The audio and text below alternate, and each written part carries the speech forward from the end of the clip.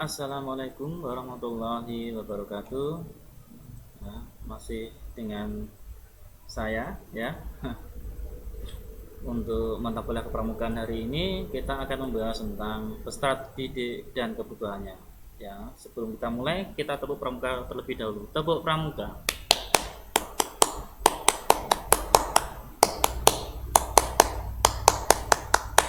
Salam pramuka.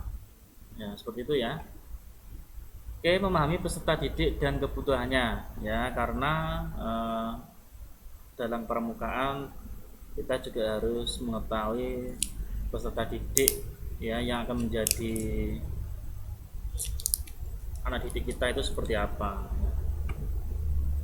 Nah, memahami peserta didik merupakan sikap pembina, pelatih pembina pramukaan dan pemimpin martir yang harus dimiliki dan dilakukan karena dengan mengetahui aspirasi tuntutan peserta didik dapat dijadikan bahan pertimbangan dalam um, menyusunan program seperti itu ya. Jadi aspirasi yang ada juga harus dipertimbangkan dalam penyusunan program yang ada. Inginnya anak didik kita seperti apa dalam kegiatan pramukaan agar motivasi itu dapat terbentuk. Nah, kebutuhan peserta didik ya di sini ya bisa kita lihat secara bersama di sini ya. Kebutuhan atau aspirasi tuntutan peserta didik dalam pengembangan diri antara lain adanya tempat dan kesempatan yang menyenangkan memperoleh kegiatan yang menyenangkan. Nah, contohnya seperti apa? Mungkin kegiatannya anak-anak pengen hiking atau mungkin pengen jalan-jalan atau sepeda atau apa permainan. Nah, itu harus kita sebagai pembina juga harus tanggap ya pengennya anak-anak seperti apa. Dorongan naluri untuk memperoleh kebebasan berpikir, berpendapat dan berprestasi. Jadi jangan mengekang, terlalu mengekang anak-anak. Oh nggak boleh seperti ini, oh nggak boleh. Apalagi dalam kegiatan pramukaan, kegiatan outdoor. Nah, tapi juga memang harus ada kedisiplinan tadi, peraturannya. Jam segini, ya, nah, harus dipanggil dalam hitungan ketiga. Ketua RT-nya harus kumpul. Nah, itu memang juga harus kegiatan pramukaan memang seperti itu. Ada sanksi, juga ada ganjarannya ketika dapat melaksanakan dengan baik atau hadiahnya ya seperti itu pujian. Nah, realisasi untuk memperoleh pembinaan, bimbingan dan kasih sayang dari orang dewasa, orang tua dan masyarakat. Nah, seperti itu. Jadi dalam kegiatan pramukaan ya kita ke peserta didik apalagi ke anak didik kita khususnya di sekolah dasar ya harus bisa menjadi seperti teman lah. Jadi jangan kita ya oke kita menjadi guru tetapi juga harus jangan terlalu memaksakan kehendak apalagi ke anak-anak. Nah, paling tidak juga disikapi oh, anak-anak seperti ini kenapa seperti ini kenapa. Pengembangan bakatnya anak-anak harus diarahkan ya, pengembangan bakat minatnya dan kegiatan pramukaan contohnya dalam kegiatan pramukaan ya ada kegiatan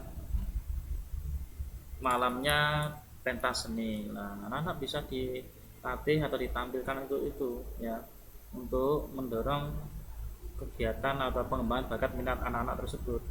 Contohnya kegiatan bakat minatnya tentang dancer, menyanyi atau mungkin kegiatan yang lain juga bisa diarahkan di situ ya. Sekaligus untuk kegiatan bersenang-senang juga. Setelah satu hari mungkin capek, malamnya bisa untuk kegiatan senang-senang bersama anak-anak. Kegiatan kemampuan dan kecakapan, pencapaian cita-citanya, peningkatan daya cipta atau kreativitas. Biasanya juga diarahkan ada kegiatan hasta karya ya. Anak-anak disuruh untuk membuat sebuah hasta karya atau sebuah kreativitas ya. Mungkin dari benda yang sudah tidak terpakai atau mungkin dari kertas atau dari sampah-sampah atau dari kardus dan lain-lain yang intinya anak-anak bisa meningkatkan daya cipta daya kreativitasnya seperti apa dibuat seperti itu tapi juga harus menggunakan temanya apa biar tidak terlalu luas nanti. Daya pembaruan atau inovasi cipta rasa karsa dan karya hasrat hidup, berjasa dan berbakti. Itu. Nah, tugas perkembangan anak seusia pramuka siaga antara lain belajar keterampilan fisik, membentuk sikap hidup sehat, mengenai dirinya sendiri, ya. Anak-anak siaga itu kan usia-usia masih usia kelas 1 2 3, otomatis kan masih dimanja orang tua biasanya seperti itu, tapi juga harus diingatkan di sini dia membentuk sikap hidup sehat bagaimana mengenai dirinya sendiri. Nah, belajar bergaul dengan teman-teman sebayanya, biasanya kalau anak-anak kan pasti banyak yang mungkin ditunggui orang tuanya dalam kegiatan kepramukaan. Nah, tetapi karena itu dilatih untuk berjiwa berani, nah, atau mungkin dilatih untuk bisa mengenal teman-temannya. Jadi walaupun ada orang tuanya, nah kalau dilatih untuk berani, otomatis anak-anaknya juga akan bisa mengembangkan mentalnya juga. Tuh. Belajar bergaul dengan teman-teman, belajar peranan jenis tadi. Berperan jenis contohnya bisa menjadi berperan anak-anak ketika menjadi anak-anak harus tugasnya apa, menjadi peran ini tugasnya apa. Nah, bisa nanti disesuaikan dengan tema yang diarahkan oleh kakak pembina. Contohnya tugas seorang polisi, nah terus tugas seorang perawat contohnya. Nah itu bagaimana, walaupun memang mungkin kegiatan-kegiatannya itu juga tidak sesuai lah, karena masih anak-anak juga, tetapi kan anak-anak pasti tahu peran menjadi ini seperti apa, peran menjadi ini seperti apa. Nah dari situ pasti anak-anak lebih mengenal peranan jenisnya. Anak-anak kalau anak perempuan nanti bagaimana, kalau anak laki-laki nanti bagaimana, tidak boleh seperti ini. Nah, seperti itu. Nah, otomatis di sini peran dari pembina seperti itu. Nah, kalau anak-anak perempuan pembinanya siapa? Nah, seperti itu ya. Membentuk keterampilan dasar membaca dan menulis dan berhitung. Nah, di siaga kegiatannya kan masih sama kalau seperti di kegiatan formal sekolah, kita membaca menulis berhitung ya berkaitan dengan itu, atau mungkin menyanyi yang berkaitan dengan kegiatan-kegiatan keterampilan dasar itu membaca, nah, berkaitan dengan menulis dan berhitung. Seperti itu banyak sekali ya. Tugas perkembangan remaja seusia penggalang. Nah penggalang itu kan bisa di kelas 456 sampai SMP. Berpikir kritis, mudah terjadi identifikasi yang sangat emosional. Nah, ini ketika mungkin ada gesekan pembina sama peserta didik karena tadi mendisiplinkan anak-anak, itu kan 1 2 3 berkumpul, yang tidak berkumpul dapat hukuman, sanksi atau seperti apa lah. Kadang memang ada emosionalnya karena masih memang tahap-tahap anak usia seperti itu, tapi juga harus ditekankan kembali karena apa, kesepakatan tadi. Jadi di awal mungkin bisa dibuat kesepakatan aja, kesepakatannya ketika nanti ada kegiatan seperti ini harus bagaimana, ketika nanti tidak mengikuti harus bagaimana, sanksinya apa, ditawarkan sendiri. Jadi kegiatan itu juga harus ada namanya kegiatan perkemahan atau mungkin kegiatan penjelajahan dan lain-lain, harus ada namanya peraturan tadi dan disepakati bersama. Mungkin jangan hanya pembina yang menerapkan peraturan, tetapi peraturan tersebut harus juga bisa dipahami oleh anak atau peserta didik kita. Seperti itu ya.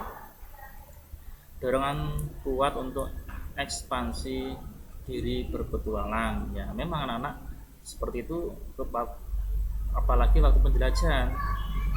Nah, karena kegiatan berkelompoknya juga harus diperkuat di sini.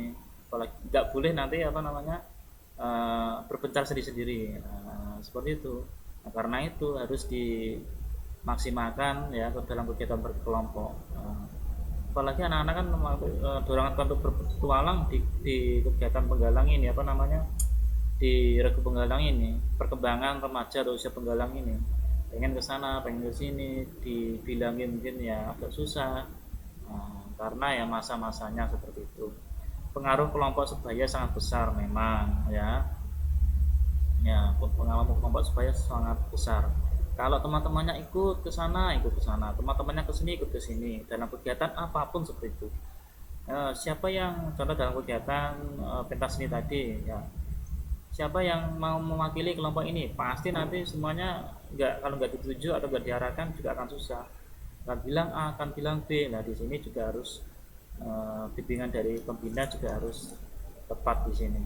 Nah terus tugas perkembangan remaja lanjut usia pramuka penegak dan pramuka pandega, antara lain menerima keadaan fisik tertentu dan tidak lagi mengganggu, memperoleh kebebasan emosional. Biasanya ke tahap ini sudah eh, kebebasan emosional sudah bisa terbentuk lah, sudah dewasa seperti ini, bisa mengontrol, mampu bergaul, menemukan modal untuk identifikasi, mengetahui dan menerima kemampuan sendiri, memperkuat penguasaan diri atas dasar skala nilai dan norma. Nah, jadi di sini sudah paling tidak penegak, usia remaja penegak, apalagi penegak itu kan SMA atau SMK, otomatis harus sudah penguasaan dirinya juga harus ada, norma-normanya harus sudah berbeda lagi, nggak boleh disamakan. Wah, anak peserta didik perempuan dan laki-laki, nah itu harus berbeda seperti itu, karena skala nilai dan normanya bagaimana, ketika memakai pakaian ini bagaimana lah, itu pembina juga harus tegas di sini. Karena apa, sudah skupnya sudah remaja lah ya, di kalangan penegak, apalagi di pramuka pandega, di lingkup kampus juga harus, malah sudah harus bisa memberikan contoh tadi. Di lingkup kampus apalagi pramuka juga harus bisa menjadi eh, motor penggerak pramuka-pramuka penegak di lingkungannya tadi, apalagi menjadi mahasiswa ya, paling tidak menjadi motor penggerak di lingkungannya atau di sekolahnya dulu, atau mungkin dapat melakukan kerjasama dengan sekolah-sekolah yang pramukanya aktif seperti itu, bisa ya di pramuka pandega. Terus meninggalkan reaksi dan cara penyusunan kekanak-kanakan. Nah di sini eh, kekanak-kanakannya harus ditinggal, tidak boleh bersifat kekanak-kanakan, sedikit-sedikit marah dan lain-lain. Nah, di sini penyesuaian ya, kekanak-kanakannya harus ditinggal tadi. Jadi sesuai atau tidak. Kalau kegiatan seperti ini nanti bagaimana? Nah, itu mungkin yang sekarang ini masih belum bisa ya. Betul. Ternyata apa? Masih belum bisa. Walaupun pandega sifatnya mungkin masih sama dengan penegak tadi. Nah, seharusnya kan harus di atasnya tingkat penguasaan emosionalnya, tingkat penguasaan diri atas skala nilai dan norma dan lain-lain, kemampuan bergaulnya, mungkin cara berkomunikasinya, seharusnya harus lebih dari kemampuan penegak. Tetapi ya banyak sekali kan ya, sekarang pramuka pandega tidak bisa berjalan dengan maksimal. Nah itu yang harus ditanyakan kepada diri kita sendiri, bagaimana nanti kalau pramuka ini saja tidak bisa dikembangkan dengan baik, apalagi nanti menjadi calon pendidik, menjadi guru ya, yang akan ditinggalkan. Padahal kegiatan pramukaan itu merupakan kegiatan yang positif. Kalau nanti saudara menjadi seorang guru ternyata tidak mau berkecimpung dalam pramuka, ya sama saja kan. Padahal apalagi di sekolah dasar itu kan kegiatan pramukaan memang selalu dilaksanakan, apalagi kegiatan-kegiatan perlombaan dan lain-lain. Kalau tidak aktif nanti bagaimana? Padahal dasarnya kegiatan pendidikan itu adalah di sekolah dasar seperti itu ya. Nah, usaha untuk memenuhi kebutuhan peserta didik, pembina pramuka harus berusaha menyajikan kegiatan yang menarik peserta didik, pemuda yang sesuai dengan tuntutan kebutuhan mereka. Untuk keperluan ini, para pembina pramuka perlu memahami perkembangan peserta didik yang dibinanya agar kegiatan yang disajikan dapat mengembangkan aspek psikologis yang berkembang pada peserta didik, memperhatikan yang diinginkan yang diminta peserta didik, menyusun acara kegiatan yang sesuai dengan kebutuhan peserta didik, membangkitkan minat peserta didik untuk dapat memenuhi kebutuhan hidupnya secara mandiri. Nah,